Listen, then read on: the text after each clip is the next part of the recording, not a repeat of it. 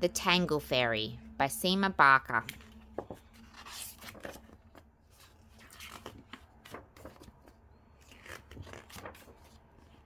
Whilst brushing her hair, Jaya wanted to know, why don't the knots in my hair seem to go?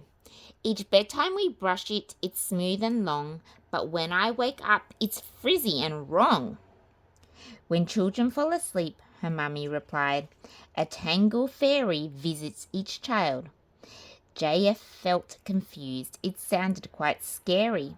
She needed to talk to the bad Tangle Fairy. Hello, Tangle Fairy.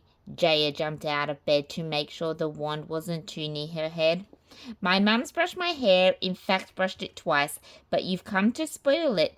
That's not very nice. The fairy then spoke. I'm really not bad.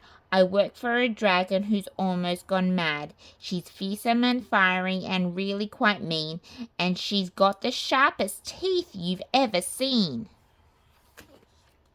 Jaya was puzzled. I believe what you've said, but why would a dragon want knots on my head?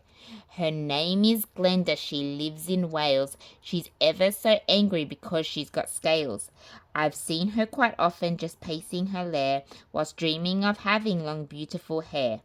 She's so full of envy she doesn't care. She makes me upset you with mad tangly hair. Jaya thought that was silly and started to laugh. The dragon just needed her own headscarf. When my aunt was poorly, her hair all fell out, so now she wears headscarves when she's out and about. Now that's an idea, the fairy then said. I'll make her a scarf from the sheet of your bed. The next day Jaya spluttered, Hey, this isn't fun, when she saw she had tangles despite what she'd done. Again Jaya waited. Would the fairy be nice? When Jaya asked her why she'd ignored her advice. Oh dear, said the fairy, I'm really not bad. I work for a witch who's almost gone mad. She's ugly and toothy. She scares cats and dogs. She loves turning princes into small frogs. In Scotland she lives. Her name is McGrace, and her hair is simply all over the place. She's cut it, she's washed it, she's even used glue. She's cast spells and magic, but nothing will do. She's so full of envy, she just doesn't care. She makes me upset you with mad tangly hair. Jaya knew just how the witch could solve that. It wasn't that hard, simply put on a hat. When Grandma goes walking, her hair blows around. She puts on a hat, which soon calms it down. Now that's an idea, the fairy said back. I'll make her a hat that's pointy and black. Next day Jaya screamed and counted to 10 when she saw she had lots of tangles again. She questioned the fairy, who then replied, I'm really not bad. There's no witch or dragon. There's no one that's mad. My name is Miss Millie. In England I stay. I do lots of magic for children each day. The rainbows that shine, the smell of the flowers, it's fairies that make them with our special powers.